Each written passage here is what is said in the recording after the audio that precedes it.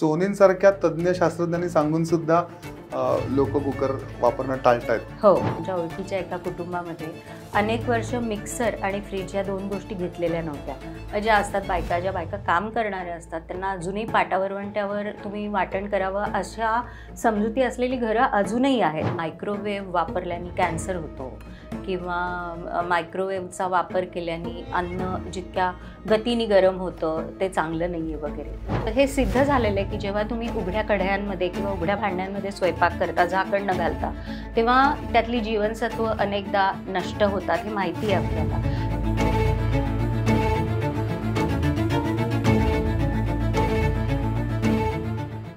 हा एपिसोड तुमच्यापर्यंत घेऊन येणार आहेत काटदरे फूड प्रॉडक्ट्स.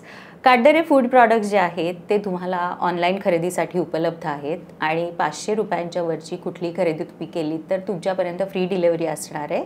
आणि हे जे उत्पादन आहेत सगळी काटदरेंची ते ब्लिंकिटवर आणि ॲमेझॉनवर उपलब्ध आहे. नमस्कार, आरपार किचन कथेमध्ये आपलं सगळ्यांचं स्वागत. मी सायली राजाध्यक्ष. मी दिनेश जोशी. आणि आम्ही तुमच्याशी गप्पा मारायला दर आठवड्याला येत असतो आणि वेगवेगळ्या विषयांवर गप्पा मारत असतो. आज आम्ही एका खूप इंटरेस्टिंग विषयावर गप्पा मारणार आहोत आणि तो विषय म्हणजे दिनेश गॅजेट्स, किचनमधली उपकरणं हा आहे. म्हणजे किचनमधली उपकरणं आता खूप नवीन नवीन मिळतात. म्हणजे अगदी ते दोरीनी ओढायचं, चिरायचं हल्ली खूप लोक वापरतात. तिथपासून वेगवेगळ्या ह्याचं म्हणजे पहिलं किचनमधलं गॅजेट आपण म्हणूया कुकर. हे पहिलं गॅजेट जे नवं आलं पहिल्यांदा. कुकर आणि गॅस हे दोन गॅजेट्स आले पहिल्यांदा, जो चुलीवर स्टोववर स्वयंपाक होत होता. त्याच्यानंतर हे मुख्य गॅजेट आलं गॅस. त्याच्यानंतर कुकर आहे. कुकरचा वापर कमला सोहनींनी त्यांच्या पुस्तकात खूप उल्लेख केला आहे कुकरमधला स्वयंपाक.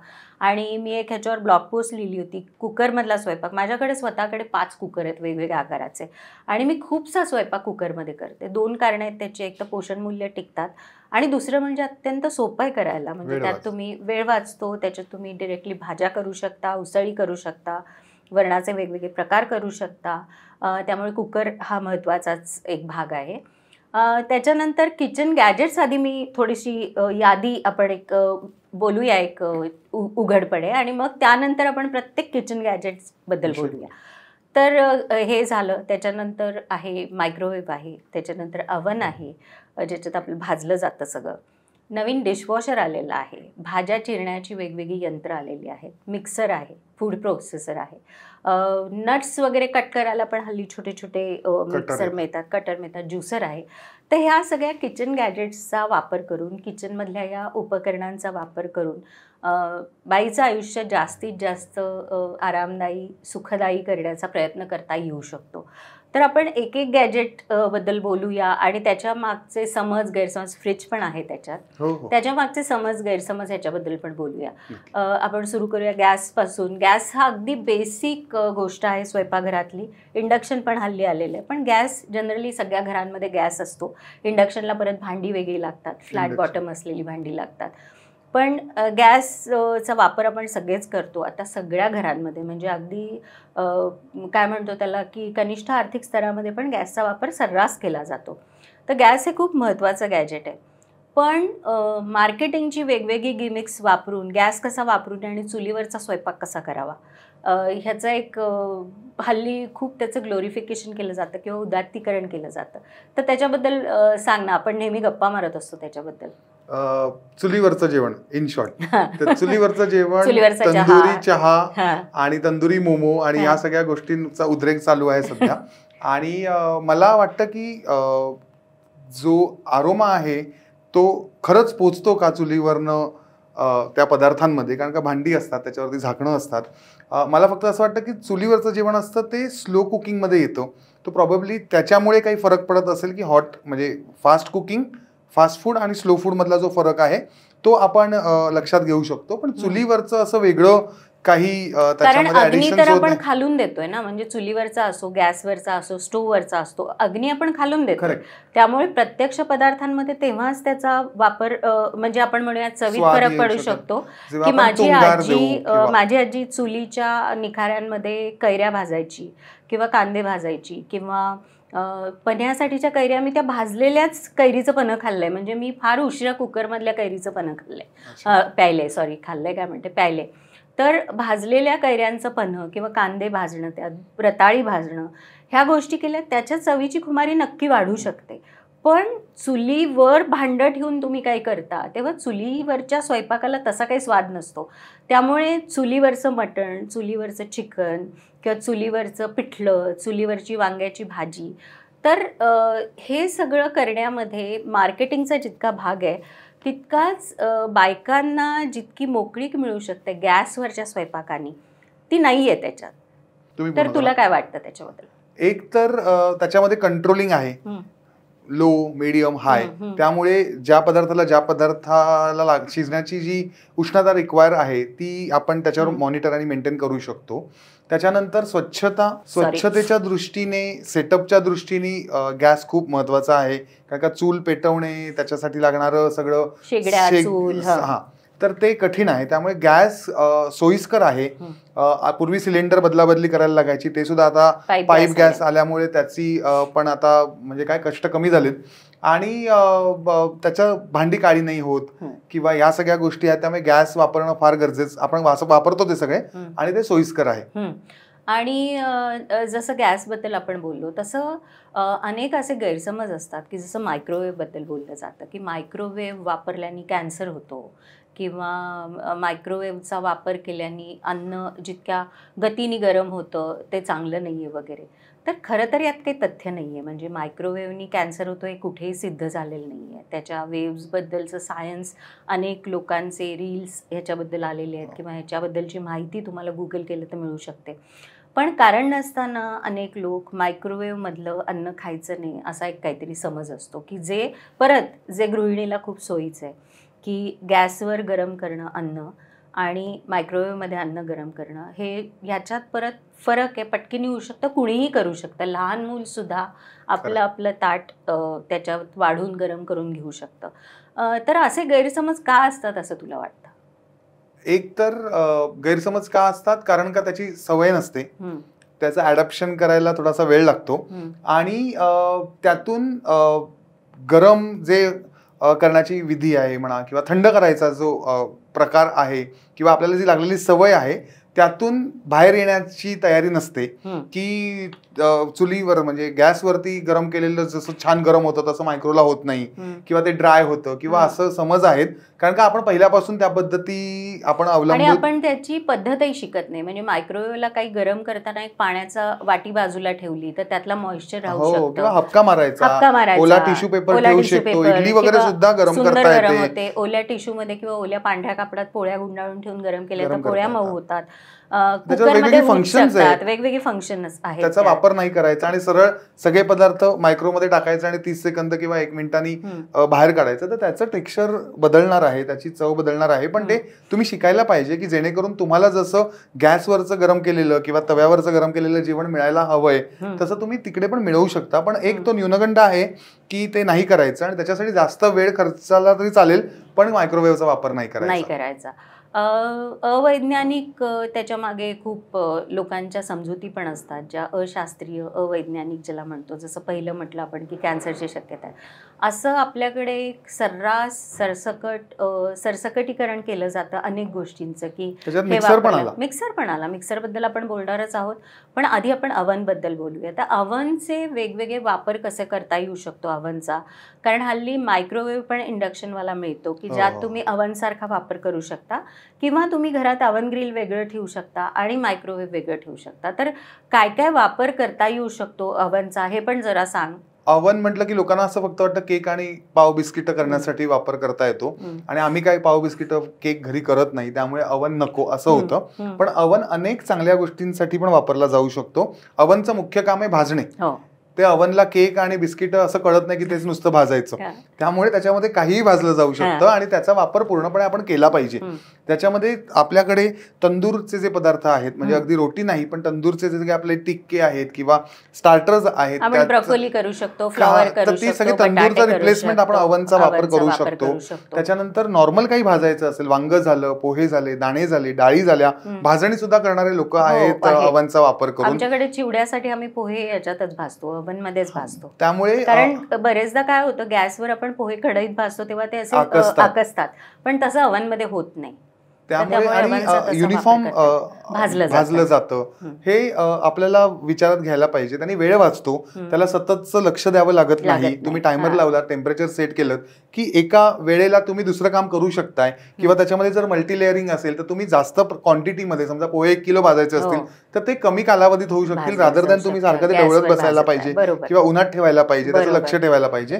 तर हे सगळं टाळता येऊ शकतं. त्याच्यातलं पण परत आहे की त्याचं तुम्ही शास्त्रशुद्ध ट्रेनिंग, त्यांचा ब्रोशर दिलेला असतो, त्याचा वापर कसा करायचा आहे हे शिकलं पाहिजे, तर ते सोयीस्कर आहे. टेम्परेचर कितीला, काय किती वेळासाठी लावण्याचं आहे, त्याच्यासाठी वरची कॉईल वापरायची आहे का, पूर्ण कॉईल वापरायची आहे का, खालची कॉईल वापरायची आहे का, याचं सगळ्याचं ट्रेनिंग जे आहे ते फार महत्त्वाचं आहे, जेणेकरून तुम्ही त्याचा वापर यशस्वीपणे करू शकता. नुसतं आणलंय आणि लोक आणतात आणि त्याचा काही वापर करत नाहीत आणि मग नावं ठेवतात की छे नाही, म्हणजे आमच्याकडे अवन काही नव्हता म्हणून मी देऊन टाकला कोणाला तरी, किंवा वापरत नाही होत आम्ही, जागा खात होता, धूळखात पडलेला वगैरे. पण प्रत्येक गॅजेट जी बनवलेली आहेत त्याच्या मागे भरपूर R&D, अनेक तज्ञ लोकांचा अभ्यास, रोटी मेकर येतं, अनेक लोकांचा अभ्यास येते. काय असं एकाला सुचलं आणि एकाने केलंय, अनेक कंपन्या ते करतात, कारण ते सोयीस्कर असल्यामुळे, शास्त्रशुद्ध पद्धतीने त्याचा विचार करून बनवल्यामुळे त्या गोष्टींचा वापर सहज सोपा करण्यासाठी म्हणून केलेला आहे. आणि तो शास्त्रशुद्ध पद्धतीने शिकून केला पाहिजे, म्हणजे तुम्हाला ज्या पद्धतीने जशा प्रकारचं जेवण हवं आहे ते तुम्ही तुमच्या नॉर्मल टीडीएस प्रोसेसमधनं बाहेर येऊन कम्फर्टेबली करू शकता. आता हा अवनचा विषय झालाच आहे, तर मी थोडंसं एअर फ्रायर बद्दल सांगू इच्छिते, कारण लगेच मला एअर फ्रायरची आठवण आली. माझी मुलगी एअर फ्रायर खूप वापरते आणि जेव्हा तिने एअर फ्रायर घ्यायचं ठरवलं तेव्हा खरं तर माझाच विरोध होता. मी म्हटलं आपण इतकं एअर फ्रायर वापरणार आहोत का, असं मला वाटलं.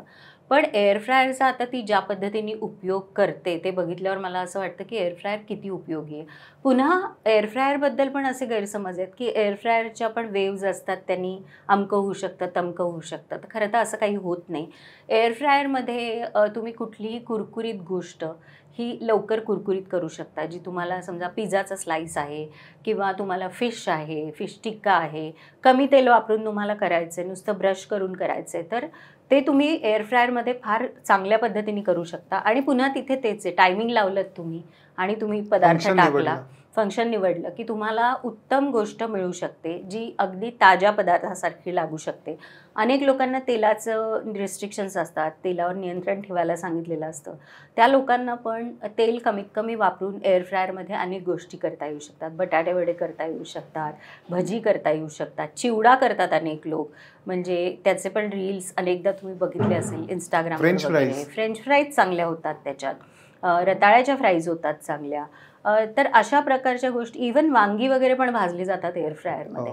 तर एअर फ्रायरमध्ये अशा गोष्टी पण बऱ्याच करता येतात. पण पुन्हा तेच आहे की एअर फ्रायरचा वापर म्हणजे गॅजेट तुम्ही घेता एखादं तेव्हा त्याचा वापर कसा करायचा, डेमो तर त्याचा आपल्याला मिळतोच, पण त्याशिवाय त्या व्यतिरिक्त त्याचे अनेक आपल्याकडे त्याचं लिटरेचर असतं, ते वाचून गुगलवर बघून, यूट्यूबवर अनेक तुम्हाला त्याच्या संदर्भातली रील्स मिळतात, ते बघून त्याचा जर योग्य वापर करायला शिकलात तर एअर फ्रायरचा पण खूप उपयोग होतो. त्याचा मुख्य उद्देश लक्षात घ्यायला पाहिजे की ते एअर फ्रायर आहे आणि त्याच्यातून ऑइल कन्झम्पशन कमी होणार आहे. तर त्याच्यात सुद्धा लोक कंपॅरिझन करत राहतात की नाही बाहेरचा कढईतला वडा तो वडा, आणि ह्याचं पण तुमचा मुख्य उद्देश जर तेल कमी करायचं असेल तुमच्या आहारात, तर तुम्ही ती सारखी कंपॅरिझन करून नाही चालणार. तुम्हाला बटाटा वडा खाता येतोय जो तळलेला नाहीये आणि तुमच्या प्रकृतीसाठी तो योग्य असेल, तर ती कंपॅरिझन निष्फळ आहे असं मला वाटतं. की तसं नसणार आहे. दोन वेगळी माध्यमातून तुम्ही ते प्रोडक्ट्स तयार करताय, तर त्याचं texture, appearance, colour may be probably काही प्रमाणात थोडा इकडे तिकडे होणारच आहे. नाहीतर मग तुम्ही तेलकट तो वडा तेलात तळलेला खा आणि मग औषध पण घ्या किंवा कायमचा बंद करा मग काही वर्षांनी, काही महिन्यांनी. पण तसं लोक तयार नाही. त्यामुळे त्याचं पण एक रेस्ट्रिक्शन आहे की एअर फ्रायर वापरण्यामध्ये ते कंपॅरिझन आली की मग लोक त्यामुळे वापरत नाहीत. पण त्याची हळूहळू आपल्याला जसं सवय करायला पाहिजे. अनेक जसं अवन आहे, मायक्रोवेव्ह आहे, तसं एअर फ्रायरची अनेक पुस्तकं आहेत, एअर फ्रायर फ्रेंडली रेसिपीज आहेत. आता ह्याच्या व्यतिरिक्त अजून उपलब्ध काय करून द्यायचं की लोकांचं त्याच्यावर विश्वास बसेल आणि वापरायला सुरुवात करतील. बरोबर. मी मागे एकदा फ्रीजबद्दल एक ब्लॉग लिहिला होता की फ्रीजचा वापर कसा करावा आणि फ्रीज किती उपयोगी आहे. त्याच्यावर बॅकलॅश खूप आला, कारण अनेक लोकांचा असा समज आहे की आयुर्वेदानुसार फ्रीजचा वापर करू नये. नंतर फ्रीजमध्ये अन्नपदार्थ जे ठेवलेले असतात ते लोक शिळं करून खातात. त्यानंतर त्याच्यात तुम्ही गोष्टी साठवू नयेत, भाज्या ज्या तुम्ही त्यात ठेवता त्या टिकत नाहीत. पण ह्याला विज्ञानाचा कुठलाही आधार नाही आहे. विज्ञान हेच सांगतं की गार ह्याच्यात गोष्टी जेव्हा तुम्ही ठेवता तेव्हा त्या गोष्टी जास्त टिकतात. म्हणजे अगदी औषधांच्या आपल्या बॉटल्स असतात त्याच्यावरही लिहिलेलं असतं की स्टोअर इन कूल प्लेस किंवा कोल्ड प्लेस किंवा या टेम्परेचर खाली ठेवायला लागतात, फ्रीजमध्ये ठेवायला लागतात. त्याची कोल्ड चेन पण त्याची मेंटेन करावी लागते. पण असा समज आपल्याकडे एक असतो. मुंबईसारख्या शहरात काय होतं की ह्युमिडिटी खूप असते. त्याच्यानंतर ह्युमिडिटीमुळे पदार्थ लवकर खराब होतात. अगदी पिठं किंवा दाण्याचं कूट ह्यालाही लवकर खराब व्हायची एक शक्यता असते मुंबईमध्ये. आपण दोघेही मुंबईत राहतो, आपल्याला माहिती आहे. किंवा भाज्या ह्या पटकीनी खराब होऊ शकतात. ह्युमिडिटीचा एक तो मोठा हे आहे की ह्युमिडिटीमुळे पटकीनी गोष्टी खराब होतात. तर फ्रीजचा वापर यासाठी केलाच जाऊ शकतो. जसं दूधं चांगली टिकतात. इव्हन हे पण सिद्ध झालेलं आहे की जर फ्रीज प्लॅनिंगसाठी आपण वापरत असू की स्वयंपाकाच्या प्लॅनिंगसाठी आपण फ्रीज वापरतो आहे, तर फ्रीजमध्ये आपण आदल्या दिवशी कापून चिरून कांदा कापून ठेवला बंद डब्यात, किंवा एखादी भाजी चिरून ठेवली. अर्थात पालेभाज्या आपण ठेवू शकत नाही चिरून, कारण पालेभाज्या ह्या धुतल्याबरोबर चिरून लगेच फोडणीला टाकायच्या असतात, कारण नाहीतर त्यातले पोषण मूल्य कमी होतात. पण बाकीच्या ज्या भाज्या आहेत त्या भाज्यांमधली पोषण मूल्य जर एअरटाईट डब्यात तुम्ही ठेवली तर तितकीशी कमी होत नाहीत. हे विज्ञान सांगतं. त्यामुळे फ्रीजचा वापर करू नये असं म्हणणाऱ्यांना हे अगदी एक उत्तर आहे की नाही, असं नाही आहे की फ्रीजचा वापर करता येऊ शकतो. त्याच्यानंतर अनेक लोकांचं असं म्हणणं असतं की फ्रीझरमध्ये तुम्ही पदार्थ ठेवता, ते पदार्थ फ्रीज होतात आणि नंतर खराब, कारण मासे, चिकन ह्या गोष्टी फ्रीजमध्ये ठेवल्या जातात. आता हे कसं आहे की हे सापेक्ष आहे. म्हणजे तुम्ही फ्रीझरचा वापर कसा करता. म्हणजे कधी कधी तुम्ही फ्रीझरमध्ये अननेसेसरी गरज नसताना महिनोन पदार्थ ठेवणार असाल तर ते चुकीचं आहे, कारण पुन्हा परदेशात बॅक्टेरियाज कमी असतात. जिथे थंड हवेची ठिकाणे तिथे बॅक्टेरियाज कमी असतात, त्यामुळे ते लॉंग लास्टिंग असतं तुम्ही फ्रीझरमध्ये जरी ठेवलं. पण भारतात तसं होत नाही.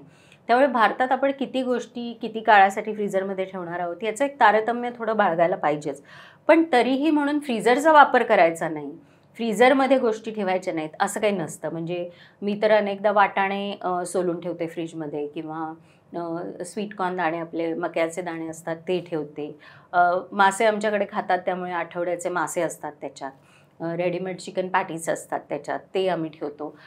फक्त एवढंच आहे की त्याची एक्सपायरी डेट ते प्रत्येक ह्याच्यावर लिहिलेलं असतं की हे उघडल्यावर किती दिवसात संपवलं पाहिजे. ते लक्षात घेऊन फ्रीजचा वापर केला पाहिजे. फ्रीजबद्दल तू पण सांग, मग मी आणखीन माझ्या काही गोष्टी सांगेन फ्रीजबद्दलच्या.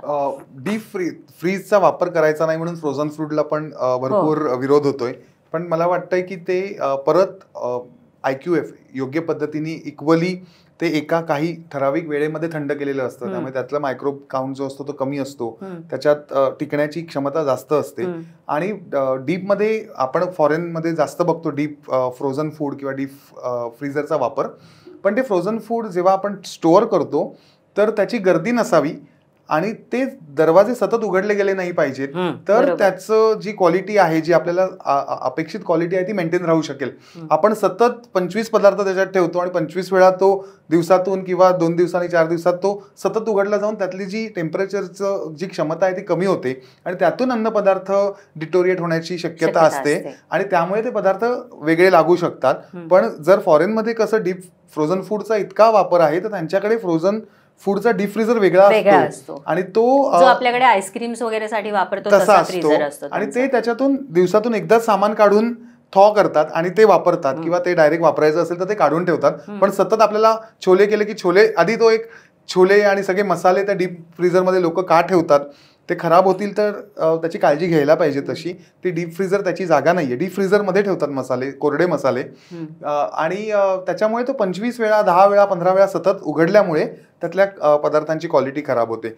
-18°C पदार्थ 6 महिने सुद्धा तसाच राहतो. बरोबर. त्यामुळे त्याचं टेम्परेचर वापरणे आणि वापरण्याच्यात काही दुजाभाव किंवा काही शक्यता नाहीये की त्याच्यामध्ये काही फरक होत असेल. कारण का आपण जी फळं आता खातोय, ज्या भाज्या खातोय, ज्या आपल्याकडे पिकत नाहीयेत, त्या फ्रोझन करूनच, स्टोअर करूनच आपल्याकडे उपलब्ध केल्या जातात. पूर्वीच्या काळामध्ये जे पदार्थ सीझनल होते आणि आता आपण 12ही महिने ते सतत ती फळं आणि त्या भाज्या बघतोय, त्याचं हे एक कारण आहे की ते IQF पद्धतीने प्रचंड कंट्रोल टेम्परेचरमध्ये स्टोअर करून ठेवलेले असतात आणि ते त्या पद्धतीने सतत त्याचा पुरवठा होईल या दृष्टीने त्याचा वापर केलेला असतो.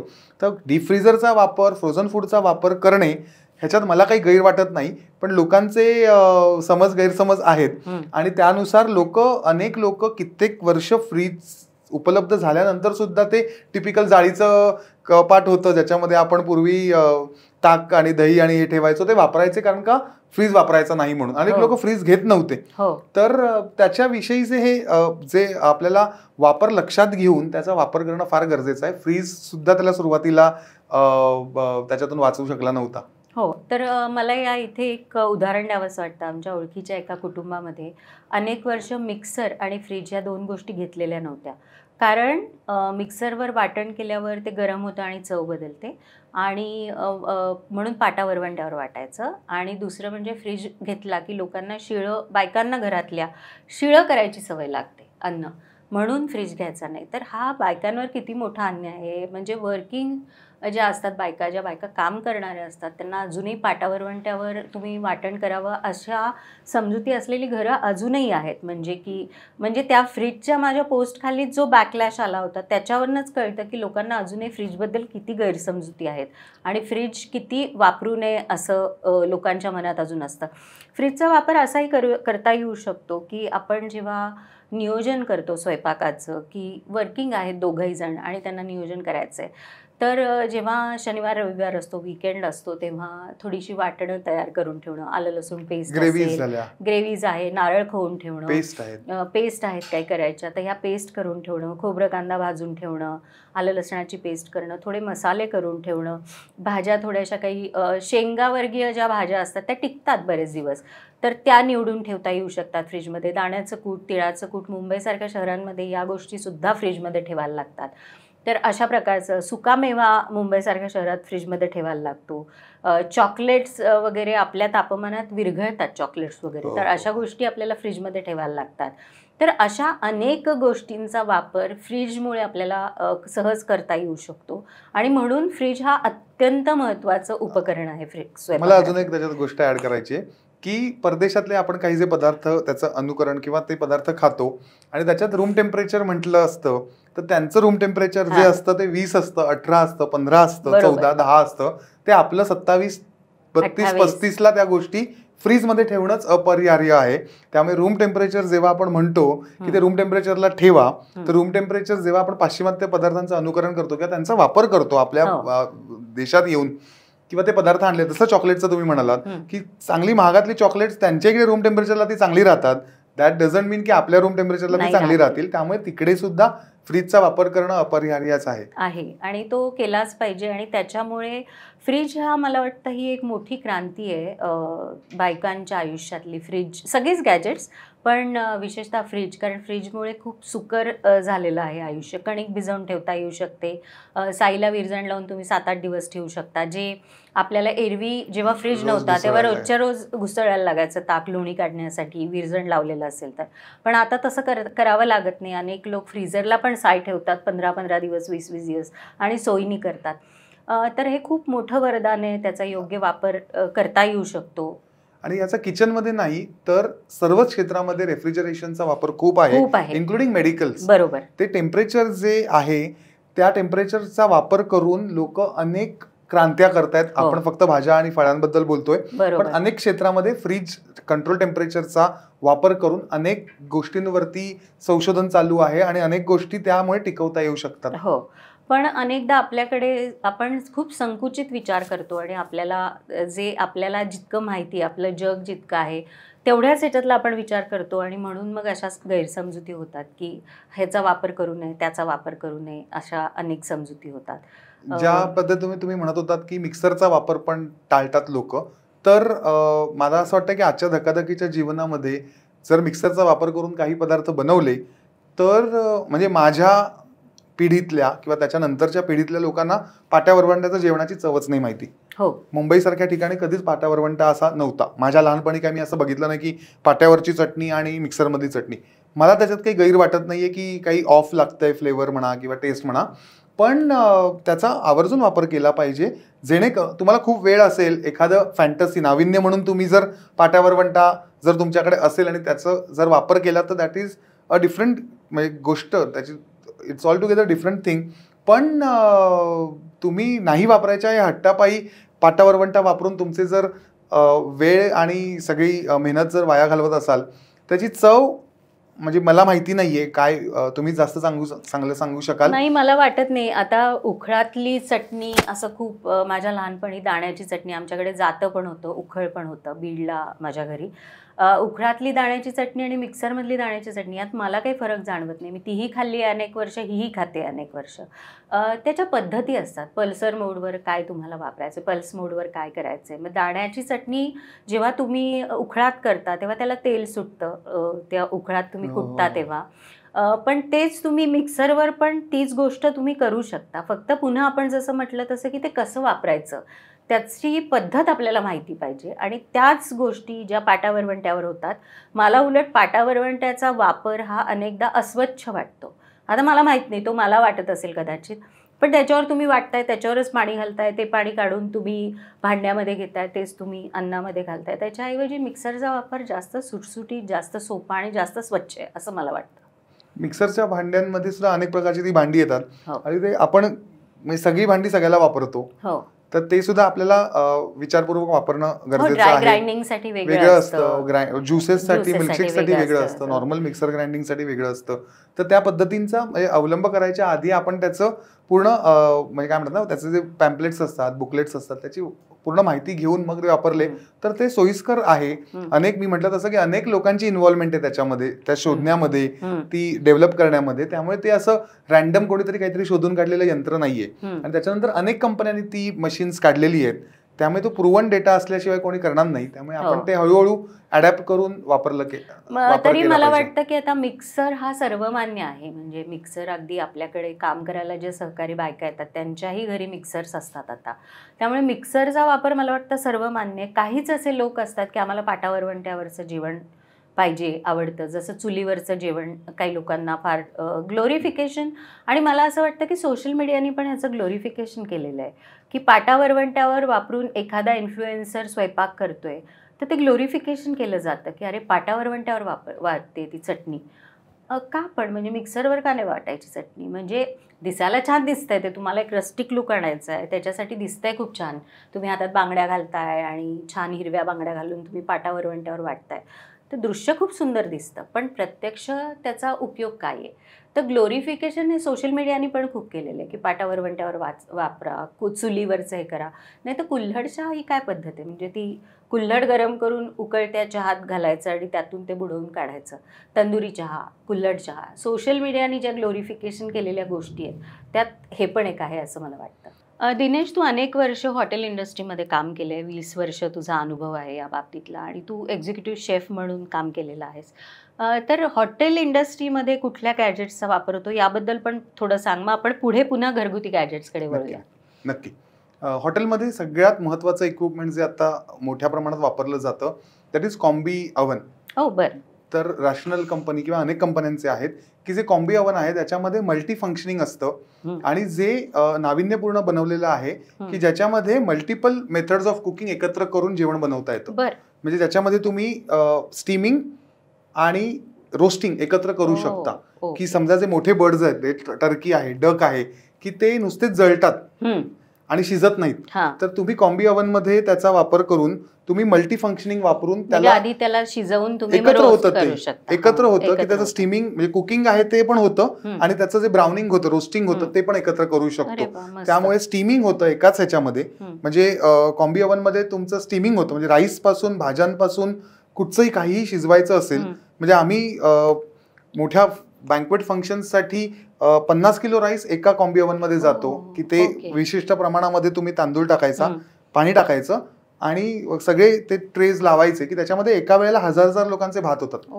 साईज ऑफ कॉम्बी मॅटर करतं, कधी मोठा असतो कधी छोटा, पण इतकं सोपं आहे की ते कढायात म्हणजे पातेली ठेवा, त्या जाळ्या ठेवा, मग तो उपसा राईस, त्याच्यापेक्षा 18 मिनिटात 22 मिनिटात ज्या पद्धतीने राईस तुम्हाला हवाय त्या पद्धतीत तो राईस ठराविक वेळेमध्ये होतो. 130 टेम्परेचर पर्यंत तुम्ही अचीव करू शकता स्टीमिंग मध्ये. तर ते स्टीमिंग तुम्ही लावलं आणि तुमचा टायमर लावलात क्वांटिटी प्रमाणे की तो भात तुम्हाला बजर होईपर्यंत तुम्ही दुसरं काही करू शकताय. एकत्रित म्हणजे हे नाविन्यपूर्ण आहे की तुम्ही मल्टी फंक्शनिंग एकत्र करू शकताय की रोस्टिंग पण होतंय, बेकिंग पण होतंय, स्टीमिंग पण होतंय, बॉइलिंग पण होतंय, सगळंच होतंय की आणि त्याच्यामध्ये इतकं सोयीस्कररित्या बनवलेलं आहे की त्याचे नॉब बदलले की त्याचं फंक्शनिंग बदलतं. त्याच्यामध्ये तुम्हाला काही मोठी प्रणाली वापरायची नाही, त्याच्यावर चित्र दिलेली आहेत, त्याचा काटा त्याच्यावरती ठेवला की रोस्टिंग चालू होतं, त्याचा काटा ठेवला आणि त्याचं टेम्परेचर व्हेरिएशन सुद्धा आहेत. म्हणजे जर तुम्ही रोस्टिंगला सिलेक्ट केलं तर ते 400 पर्यंत पण जातं, स्टीमिंग केलं तर 130 वरती जात नाही. म्हणजे हे सुद्धा नाविन्यपूर्ण आहे की जेणेकरून वेळ वाचतो, तुम्हाला जसं अपेक्षित आहे तसं प्रोडक्ट बनतं, जास्त क्वांटिटीत बनवू शकतं एका वेळेला आणि त्याची स्वच्छता करायला आतमध्ये पाईप पासून सगळं दिलेलं आहे, हँड पाईप दिलेले आहेत, गन आहेत, त्याच्याने तुम्ही व्यवस्थितरित्या करू शकता. त्याला कॅप्सूल्स येतात गोळ्या साफ करायला, त्या कॅप्सूल्स टाकून तुम्ही त्याला चालू केलं तर ऑटोमॅटिक क्लिनिंग होतं की तुम्हाला त्याच्यासाठी काहीही वेगळे श्रम घ्यावे लागत नाहीत किंवा कुठच्या टेक्निशियन्सना बोलवायला लागत नाही. इतकं सोपं आहे, चित्र दिलेली आहे, टेम्परेचर आहे की कुठचा ट्रेनी मुलगा जरी असेल तरी त्याला सांगितलं तरी तो काम वापरू शकेल.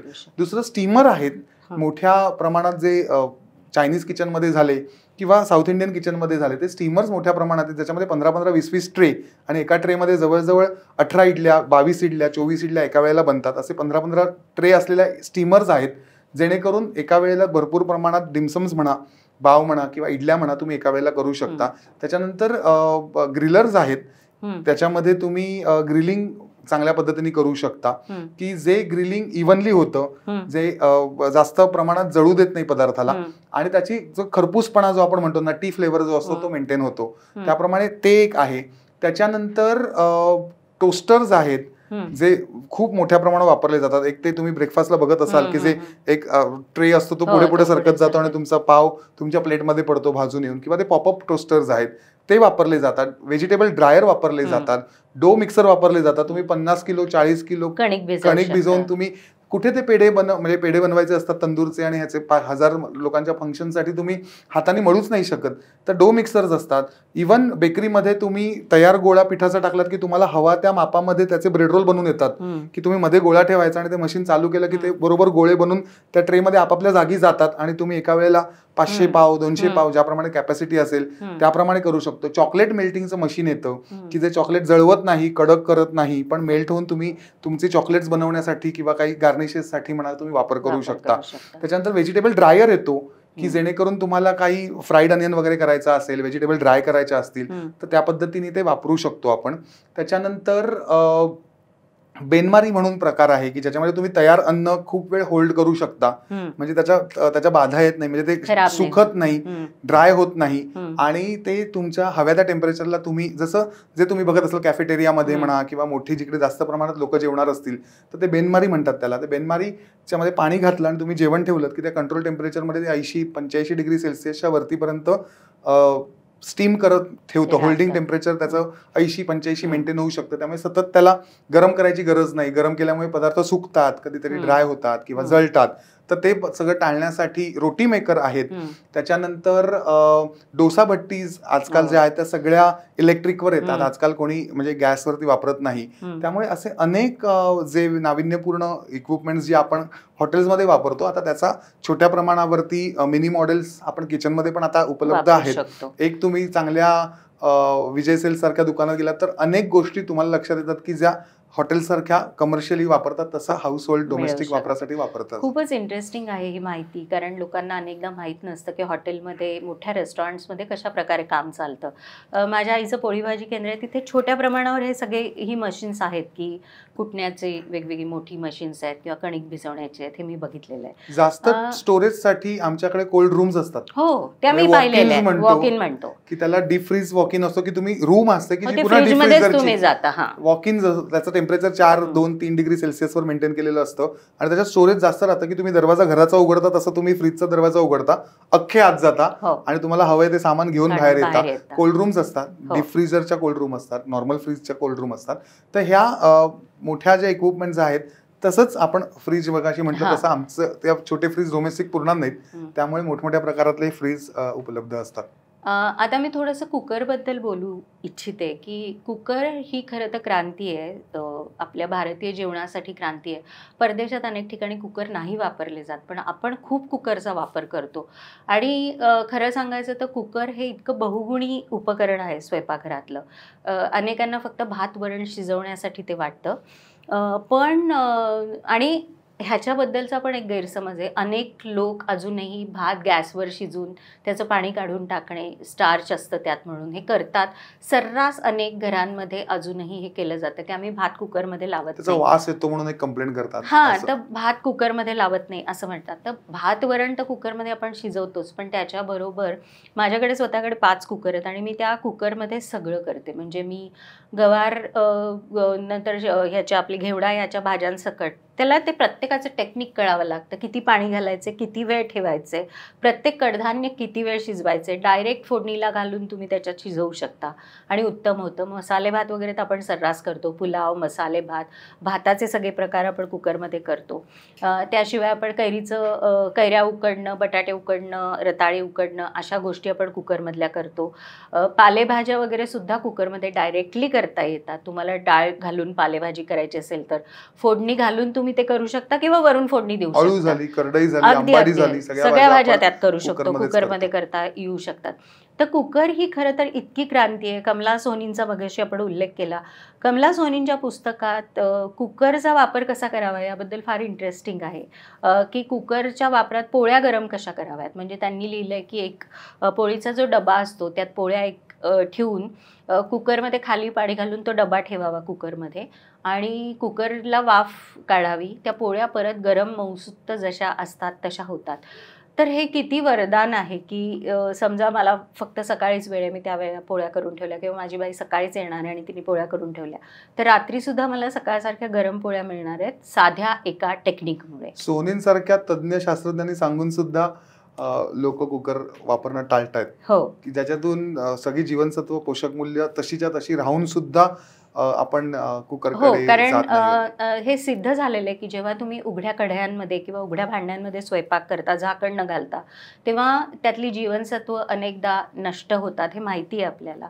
त्यामुळे कुकरचा वापर करणं अत्यंत आवश्यक आणि सोयीचं आहे असं मला वाटतं. आता त्याच्यात दोन्ही जीवनसत्व, पाण्यात विरघळणारी सुद्धा आणि तेलात ज्याचा उपयोग होतो त्याचा सुद्धा जीवनसत्वांचा दोघांचाही ऱ्हास होतो. कारण का तुम्ही फोडणी दिल्यानंतर तेल मिश्रित होतं आणि ते तेलासकट ते, त्यामुळे कढई किंवा कवर्ड नसणं, uncovered cooking is very bad for health actually. त्यामुळे कुकरचा वापर करणं आवश्यक आहे. कुकर नंतर एक महत्त्वाचं गॅजेट आता गेल्या काही वर्षात भारतात आलेलं आहे, जे पूर्वी फक्त परदेशात होतं, डिशवॉशर. डिशवॉशर हे खूप महत्त्वाचं गॅजेट आहे आणि आपल्याकडे असा एक समज आहे, अजूनही अनेक लोक वापरत नाहीत डिशवॉशर. त्याचं कारण आपल्याकडे लेबर स्वस्त आहे, कामवाल्या बायका येऊन कमी पैशात भांडी घासून जातात. पण ती भांडी किती स्वच्छ असतात, त्या भांड्यांवर रोगजंतू किती असतात, हे सगळं अनेक जाहिरातींमध्ये वेगवेगळ्या भांड्याच्या साबणांच्या आपण बघतो. आणि डिशवॉशरचा खरं तर हा अतिशय महत्त्वाचा एक उपयोग आहे. मी स्वतः डिशवॉशर गेली 3 वर्ष वापरते आणि मी खूप आनंदी आहे डिशवॉशर आणल्यापासून. कारण माझ्याकडे अनेक वर्ष जी आहे बाई, तिने जी भांडी काळीकुट्ट केली होती, ज्या गाळण्या अत्यंत काळ्याकुट्ट झाल्या होत्या, ती सगळी भांडी नव्यासारखी लखलखीत झालेली आहेत डिशवॉशरमुळे. म्हणजे माझी जर तुम्ही माझा ड्रॉवर उघडून पाहिलात भांड्यांचा, तर भांडी लखलखीत जणू काही मी नवीन घेतली आहेत अशी झाली आहेत. काचेची भांडी जी असतात ती भांडी स्पॉटलेस क्लीन होतात. आपण हाताने काचेची भांडी धुतल्यानंतर काचेच्या भांड्यांवर डाग राहतात. ते डाग अजिबात डिशवॉशरमध्ये राहत नाहीत. आणि डिशवॉशरमध्ये वेगवेगळी फंक्शन्स आहेत पुन्हा, की तुम्हाला फक्त काचेची भांडी लावायची आहेत, खराब झालेल्या कढया लावायच्या. हा एक पण समज आहे आपल्याकडे, की आपल्याकडे भांडी खूप खराब होतात स्वयंपाक करताना, त्यामुळे डिशवॉशरमध्ये निघत नाहीत. तर अर्थात खूप करपलेली भांडी डिशवॉशरमध्ये नाही निघणार, पण ती जर तुम्ही थोडी साफ करून टाकलीत तर ते भांडं स्वच्छ निघतं. साईची भांडी स्वच्छ निघतात, ओशट भांडी स्वच्छ निघतात, तेलकट भांडी स्वच्छ निघतात, तळलेले पदार्थ केलेल्या भांडी स्वच्छ निघतात. त्यात फक्त 2 गोष्टी घालता येत नाहीत. एक तर तुम्ही नॉनस्टिकची भांडी घालता येत नाहीत, कारण त्याला कोटिंग असतं, आणि लाकडी गोष्टी घालू नयेत असं म्हणतात. त्याच्यात ह्या 2 गोष्टी सोडल्या तर सर्व प्रकारची भांडी त्यात निघतात. डिशवॉशरमध्ये अजून एक फायदा आहे की पगारवाढ, बोनस आणि पाहुणे आलेले कळत नाहीत डिशवॉशरला, त्यामुळे डिशवॉशर वापरणं अतिशय आवश्यक आणि उपयोगी आहे आपल्यासाठी असं मी कायम म्हणतो. आणि डिशवॉशर खरोखर उपयोगी आहे. त्यात भांडी गरम पाण्यात भांडी धुतली जातात, त्यामुळे निर्जंतुक होऊन भांडी निघतात, लखलखीत भांडी निघतात. आणि पुन्हा तेच आहे की बाईची वाट बघावी लागत नाही, बाईनी सुट्टी मारली तर आपली अडचण होत नाही. त्या गोष्टी खूप सुखाच्या आहेत. त्यामुळे डिशवॉशरचा वापर नक्की करावा असं मी सांगेन. आणि त्याला जरी डिशवॉशर म्हणत असले तरी त्यात सगळी भांडी निघतात, हेही महत्त्वाचं आहे त्यात. म्हणजे अगदी चमच्यांपासून रोजचे वाढायचे डाव, ताटल्या, वाट्या, पेले, मायक्रोवेव्हची भांडी, काचेची भांडी, काचेचे ग्लास, किसण्या पण इतक्या स्वच्छ निघालेल्या आहेत. म्हणजे किसणी जणू काही मी नवीन आणली आहे, या प्रकारची किसणी स्वच्छ निघाली. त्यामुळे डिशवॉशर हे पण एक किचनमधलं खूप महत्त्वाचं गॅजेट आहे असं मला वाटतं. नवीन जर इक्विपमेंटचा विचार केला आपण तर त्याच्यामध्ये इंडक्शन बेस कुकिंग जे आलंय ते खूपच उपयोगी आहे, जेणेकरून ते सेफ्टीच्या दृष्टीने सुद्धा खूप महत्त्वाचं आहे. आणि आग लागायचे जे सिलेंडर, पाईपलाईन, गळती गॅसची किंवा येणाऱ्या फ्लेम्स ज्या अंगावर आहेत त्यांनी होणारे चटके लागणं, या सगळ्या गोष्टी त्या टाळल्या जातात. म्हणजे आपण टाळू शकतो त्या गोष्टी. इंडक्शन बेसमध्ये सगळ्या प्रकारची जी इक्विपमेंट्स आहेत ती उपलब्ध आहेत. म्हणजे तुम्ही नॉर्मल कुकिंगसाठी सगळी अख्खी रेंज इंडक्शनमध्ये रिप्लेस करू शकता. शिवाय इंडक्शनमध्ये तुम्ही वोक सुद्धा येते. इंडक्शन वोक म्हणजे तुम्हाला चायनीज जेवण काय बनवायचं असेल तर इंडक्शन सपोर्टिंग वोक येते. पॅन्स येतात, ऑमलेट पासून सगळे पॅन्स इंडक्शन बेस यायला लागलेत आजकाल. भांडी येतात, कुकर येत आहेत, तवे येत आहेत, स्टीमर येतात. त्यामुळे इंडक्शन ही सुद्धा एक क्रांती आहे, जेणेकरून हे जे हजार्ड आहेत आग लागण्याचे किंवा म्हणजे फ्लेमेबल जे आहेत सगळे जे ॲक्सिडेंट होण्याचे प्रकार ते फार कमी होऊ शकतात. आणि इंडक्शन त्या मनाने स्वस्त पडतं. तसंच आता आपण मिक्सरबद्दल मगाशी बोललो, पण तसंच फूड प्रोसेसर हा पण एक खूप महत्त्वाचा स्वयंपाकघरातलं एक उपकरण आहे. कारण फूड प्रोसेसरमध्ये कणिक भिजवली जाते, फूड प्रोसेसरमध्ये ताक केलं जातं, भाज्या चिरल्या जातात, स्लायसिंग होतं भाज्यांचं. म्हणजे तुम्हाला फक्त सॅलडसाठी स्लाइस करून हवेत तर वेगवेगळ्या प्रकारचे त्याला अटॅचमेंट्स असतात, ते होतं. कणिक तर मळली जातेच. म्हणजे कणिक मळणं हा तर फारच महत्त्वाचा त्यातलाही आहे की कणिक उत्तमच मळली जाते. उकड पण मळली जाते. मोदकांची उकड सगळ्यात सुंदर होते, कारण गरम करायला लागतं. म्हणजे गरमागरम कठीण होतं काही वेळेला करणं. त्यामुळे मोदकांची उकडीसाठी food processor is the best.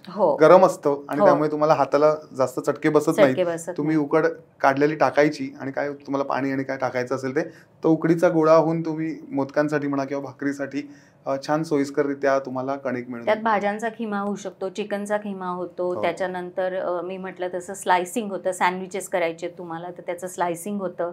भाज्या चिरल्या जातात अनेक वेगवेगळ्या. तर फूड प्रोसेसर हे पण एक खूप महत्त्वाचं स्वयंपाकघरातलं गॅजेट आहे.